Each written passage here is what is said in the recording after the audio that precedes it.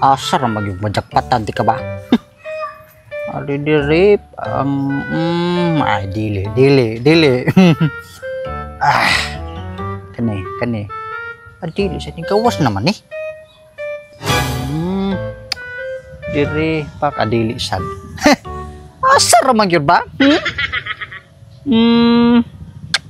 Asar magyud ba? Asa may maayo ani ha?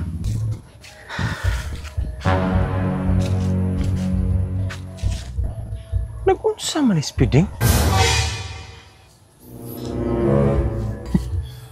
Basta lagi maigo lagi ka, ha?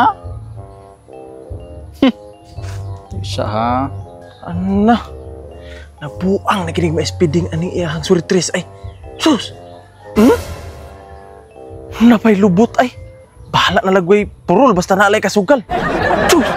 Kabuang ka lagi ni sugal. Ay.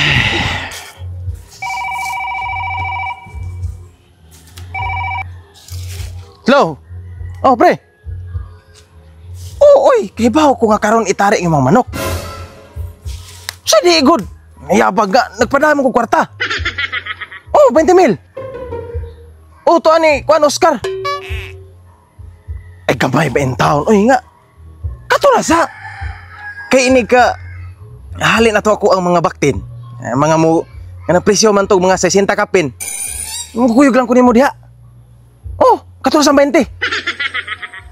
Oh, sige. Sige, bye-bye. Isugal to, hurot.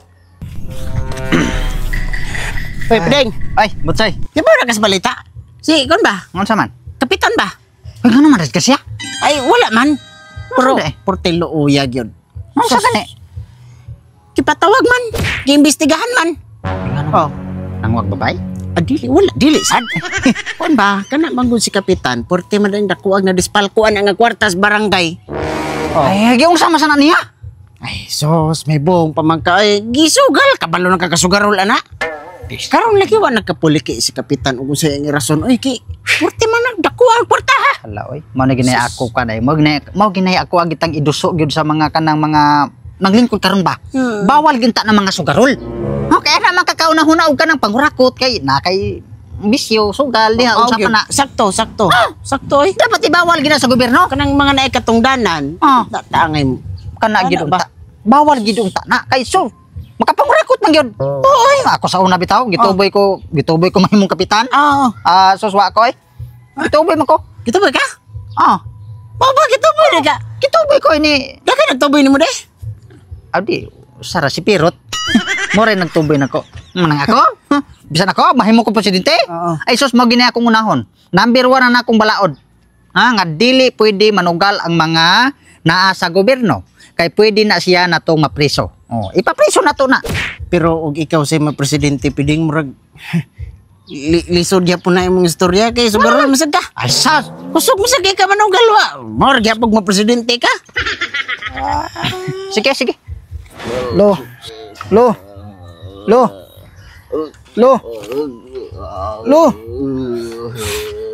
Ay, ngano man eh?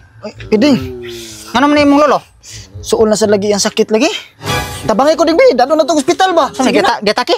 Getaki guro ni. Biskot ha dali. Tabangay ko bi, dado tong ospital ba? Di ingon anak pila may edad ani imong lolo? Nubinta kapin. So sakto na nalaypay na siya nang kalibutan na nabuhi siya nang nubinta. Kapin.